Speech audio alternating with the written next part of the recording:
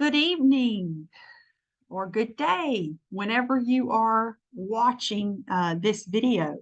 We are jumping into Module 6, which is supporting comprehension, Foursquare annotated lesson plan, and your observation submission 1. So let's establish our objectives and essential learning for this module.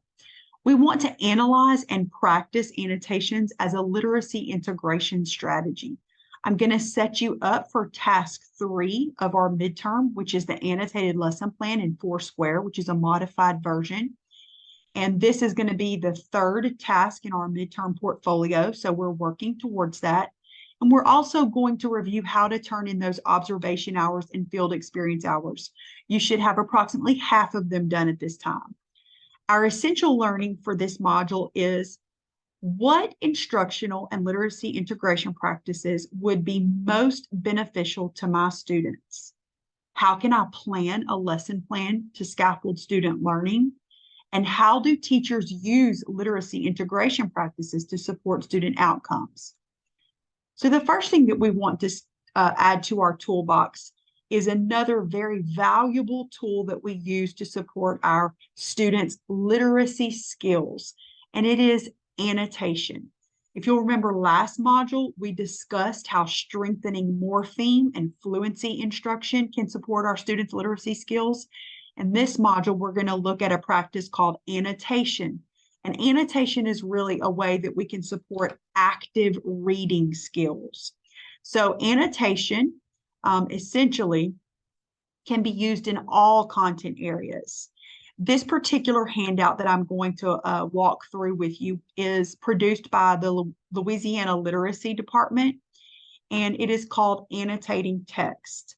So if you notice, this chart breaks down how it can be used in the 4 main content areas, but all of these are transferable to every other content area. So foreign language, business, education, art education, music education, H&HP, they all can be supported through annotation of text.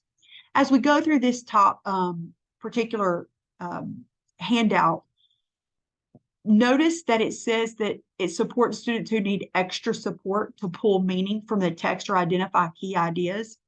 While this is true, it's been my experience that all students benefit from this particular literacy strategy.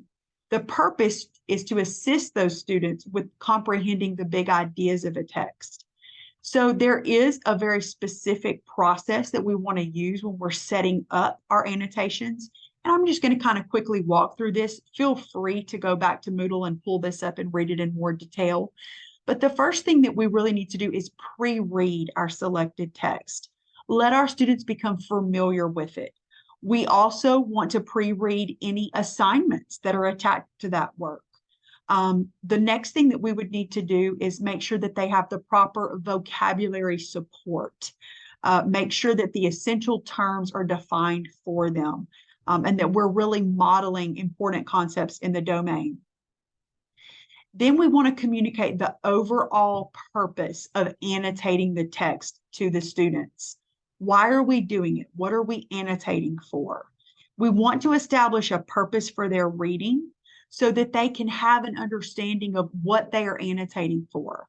So, for example, the purpose could be to find the main idea in English, to make an alternate claim, like in science or math, to find the development of a claim, that can be in any of our content areas, to answer key questions, that's all content areas, and of course, to pull evidence, specific evidence to support things, that's all of our content areas.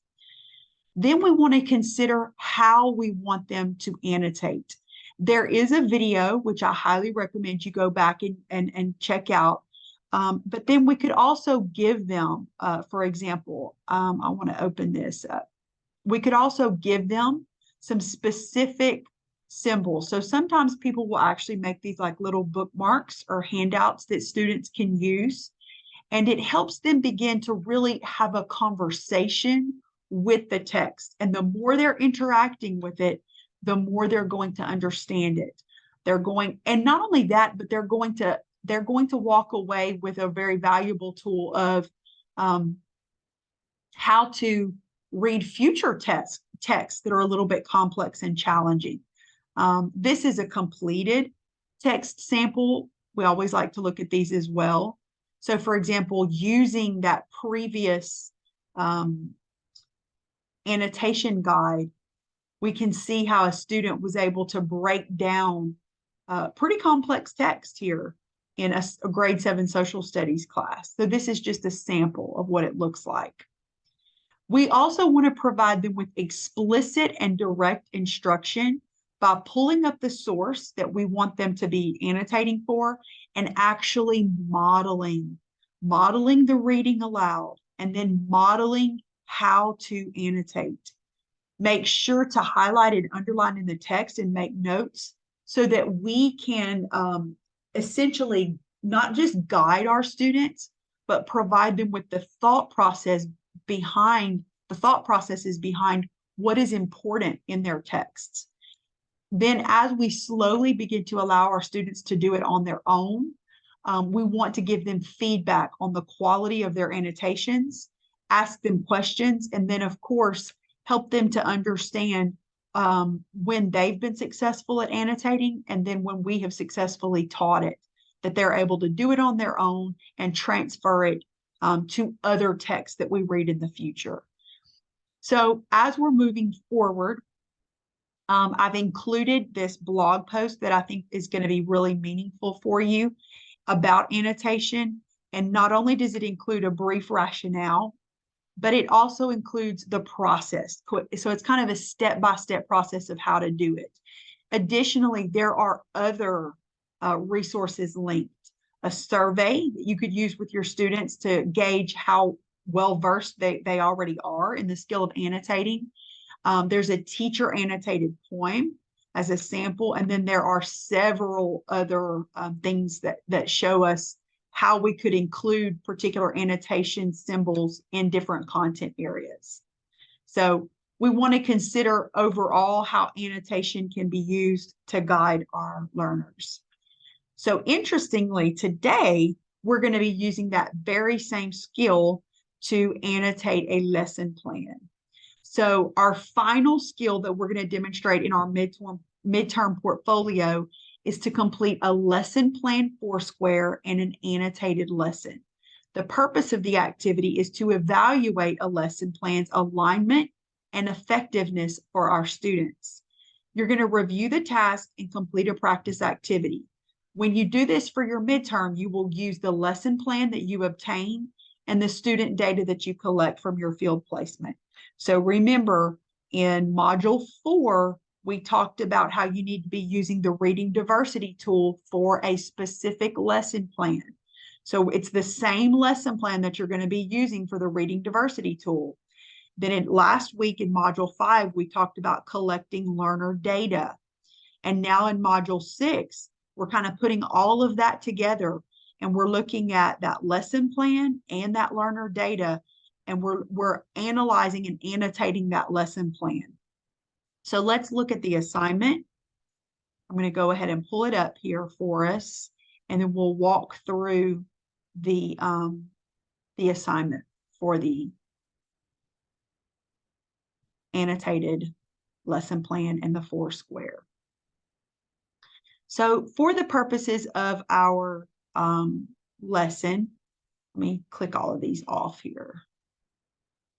For the purposes of our lesson, I'm going to walk you through what I would like for this assignment, and then I'm going to actually show you an example. Got it. Okay. So the first thing that we do is we annotate our lesson plan using this key provided. The second thing that we do is we use the annotations to complete the pre-planning Foursquare template, which is right here. And then lastly, we're going to be using the diversity tool, the pre-cycle pre-assessment, and our annotated lesson plan to reflect on the strengths of the lesson plan. So you really won't be able to do this part 3 until you've completed the reading diversity tool, the teaching pre-cycle, and then the annotated lesson plan in Foursquare. So as we look at this annotated lesson plan, I've provided a sample for you a sample lesson plan right here. And so this is kind of our practice. Notice I gave you the resources up here, and then this would be the practice. So the sample lesson plan may not be your content area, it's H&HP, but that's completely fine. You don't have to be in your content area to understand how to do this. So when you get a moment, you need to read over this brief 2-page lesson plan. And then you would be actually making your annotations directly on this lesson plan. So I'm going to take this off so it's not in the way anymore. And so we're going to look. The first task that we would need to do is we're using, once again, this is the excuse me, same lesson plan that you did for the Reading Diversity tool. And now we're going to be annotating it. So the first thing that we're looking for are the standards. And we're evaluating, are they grade level appropriate?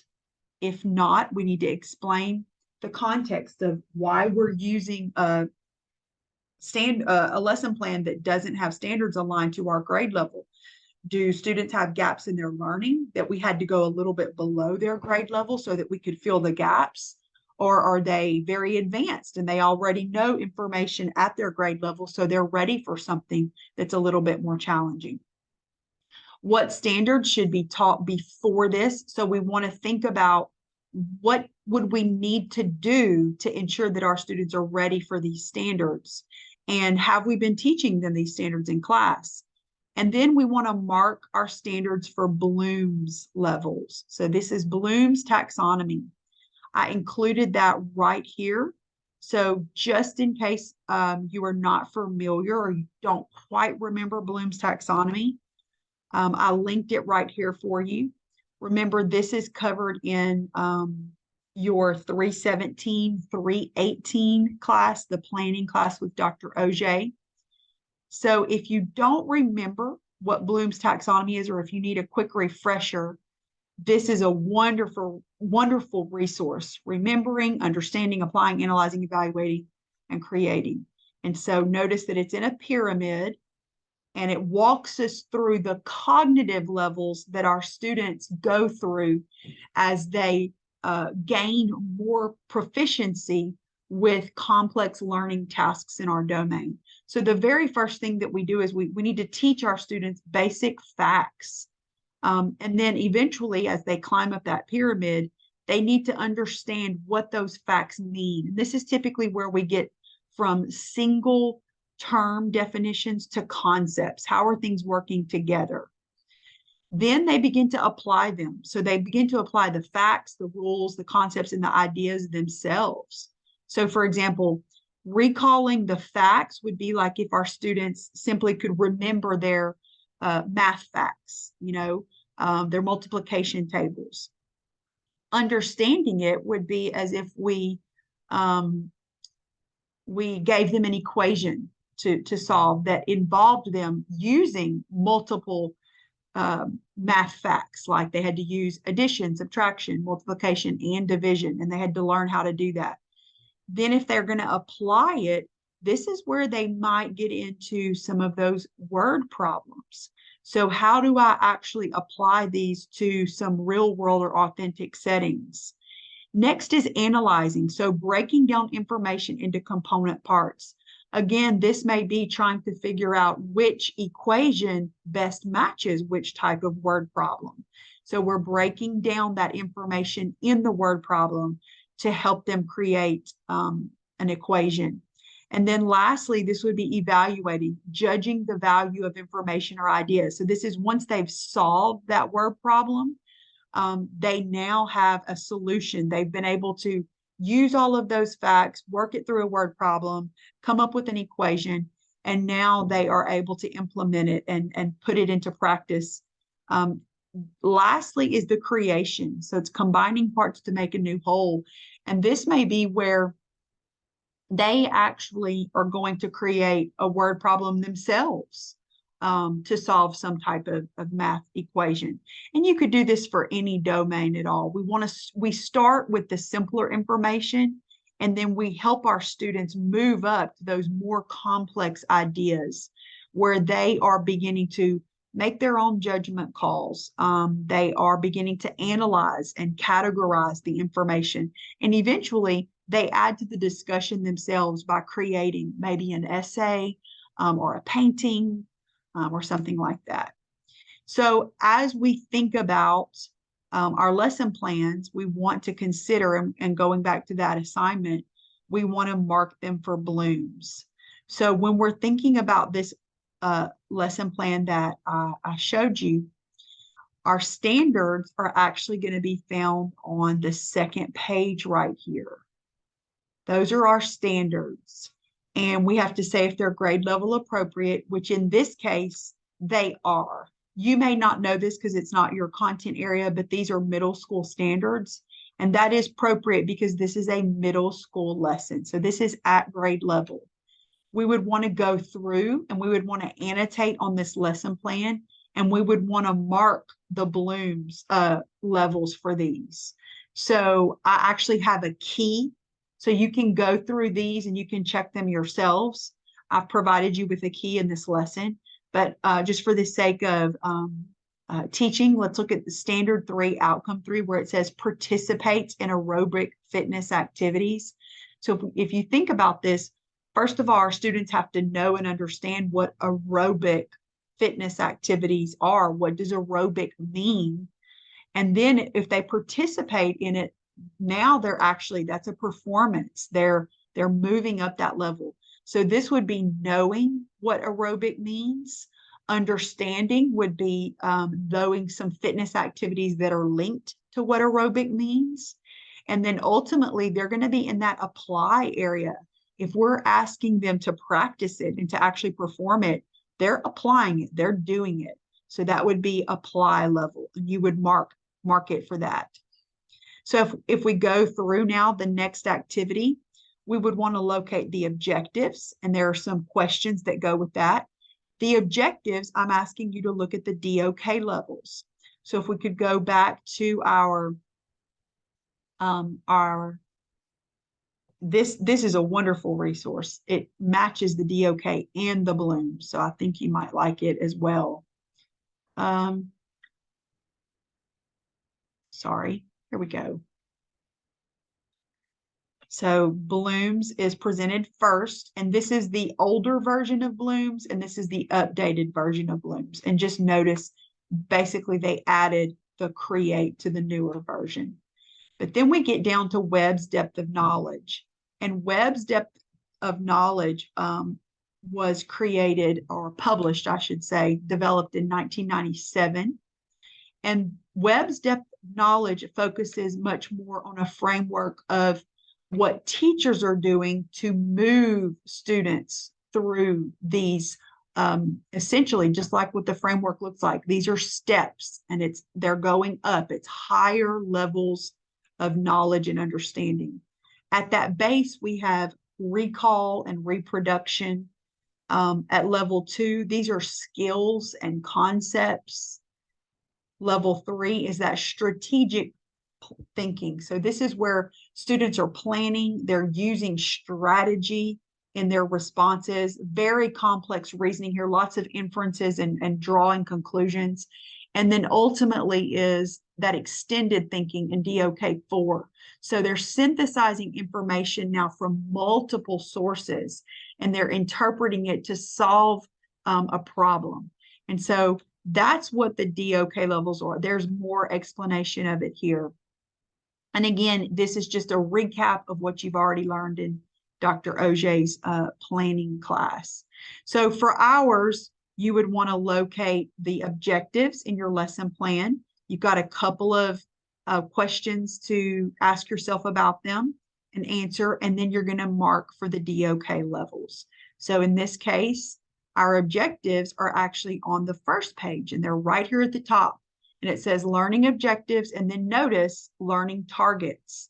And the targets are written in student-centered language. And essentially they took each bullet and they put it in a student-friendly language. And so you would mark that. So it says, I can complete a series of sprints and jumps safely and with proper form. And so when we think about DOK level, what we're asking our students to do at that point is notice that I can complete a series of sprints and jumps safely and with proper form. We're moving into those higher levels of DOK at that point. They have to know what safely means. They have to know what proper form is. So they're synthesizing here a lot of different things before they begin to put it in action. And we're going to some of those higher levels at that point. So if we go back to our assignment and we continue the annotations, there are several different things we're looking for. We're looking for resources and equipment needed. I'm asking you to read through the lesson progression. And then we're looking at analyzing the modifications and accommodations that might be needed to make sure that all students are supported. Assessment, how are our students checking their own learning? How are we checking their learning throughout the process? What artifact, what worksheet or resource do they turn in at the end of class to let us know what their progress is? What is the closure and reflection like? Are they given an opportunity to consolidate their learning? And then ultimately, what are the literacy skills? How are we engaging our students in reading, writing, speaking, and listening? And how are we supporting in those skills? So you would go through the lesson and you would mark and annotate on all of these. Now, this is just a sample lesson. So you would simply be using the lesson plan that you obtain for yourself, and then the data, the student data that you have, that you've been collecting before you do these annotations. So the other thing that I provided for you is, notice that in our practice, I actually gave a key. So this has been carefully annotated, and I wrote all over it to kind of guide you through what it should look like. So you have lots of answers on here. Okay, and then lastly, our assignment is you will complete a 4-square. And so for the purposes of this assignment, I went ahead and I completed this for that lesson plan so that you could check. Remember, this is the same type of basic 4-square that you're doing in the planning class, the 317 and 318 class. So you want to evaluate those standards. You've already marked them for Bloom's, so you're set to go. You want to look at those objectives. And now you're analyzing, are the objectives matching the standards? Are they aligned? Is what we're asking our students, the outcomes that we're asking our students to demonstrate, are they aligned with the standards that we're supposed to be teaching them? Ultimately, we want to look at the assessment piece, which is in the top right-hand corner. So how are our students assessed? How are we able to carefully gauge each individual student's level of growth? And so this is where we would briefly put down what the assessments were. And now we want to be looking, are those assessments directly tied to the objectives? What we said our students were going to learn, are we testing that? Is that what we're testing? And then ultimately, is that tied to the overall standards that we are supposed to be teaching? And then lastly, the instructional strategies. So what about those learning activities? Are they supportive of what we are testing our students? So essentially, when we look at these 4 squares, are they aligned? Are they in alignment? Can we truly see how standard goes to objective? Objective is going to instructional strategy, what the students are actually doing, and then ultimately, what are they being tested on? So all the way through, are we truly testing what we're really teaching, and are we really teaching what we say we are teaching with our objectives and standards? At the end, you have an assessment and reflection, and this is actually the final portion of your midterm that you would complete, where you're really reflecting on those students. I believe in the mentor portfolio, I ask you slightly different questions, but they're very similar to this. So after you've gone through the reading diversity tool, you've gathered that student data, and now you've annotated the lesson plan and done a Foursquare for it, you're prepared to say, is it an appropriate lesson for these students? What modifications do I need to make? Does it effectively integrate instructional strategies and literacy strategies to help all students learn? Is it challenging enough for them? Am I really giving them an opportunity to consider critical thinking and complex learning? Or do I need to bump it up a bit and elevate this lesson? So that's what we're asking you to do through this activity. Again, I've provided you with, in this lesson, so you have in this portion, it's sort of the overview of the assignment. This is an activity that you can do on your own and then check your learning with the Foursquare. And then your observation and field experience hours, it's time. It's time for us to upload those. So I'm going to go ahead and go over that with you now.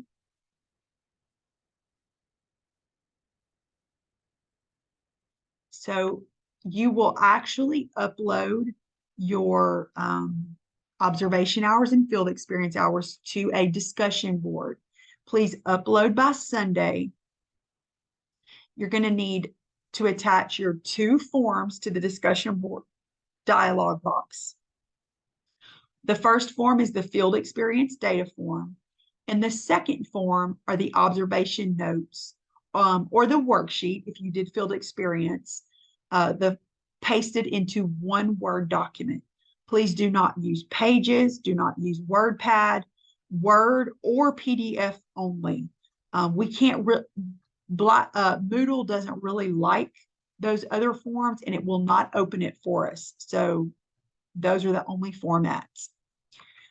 Please see the resources section if you need any materials for observations. You're going to submit your field experience form with 7 to 8 documented hours. It is okay if you have more than 7 to 8. 7 to 8 is the minimum. That's half of the required at this point. And we're in week 6 and we started at week 1. So 7 to 8 documented hours. You're also going to submit your scripted notes. So 3 to 4 of these hours. So you get to select your best 3 to 4 hours of scripting and analyzing, or the field experience form. These observations must be typed. Of course, remember, you can submit the field experience form instead of the scripted analyzed notes, or you can do a combination of those. Please remember that if you choose to do the field experience form, you're not going to be using the highlighting and annotating that I'm describing below. Highlighting and annotating is only for the scripting and analyzing.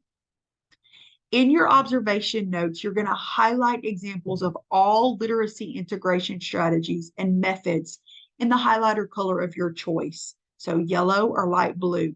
Again, this is scripting and analyzing only. Lastly, next to each highlighted example, you must put an explanation of what literacy strategy or method it is and how it is supporting student engagement.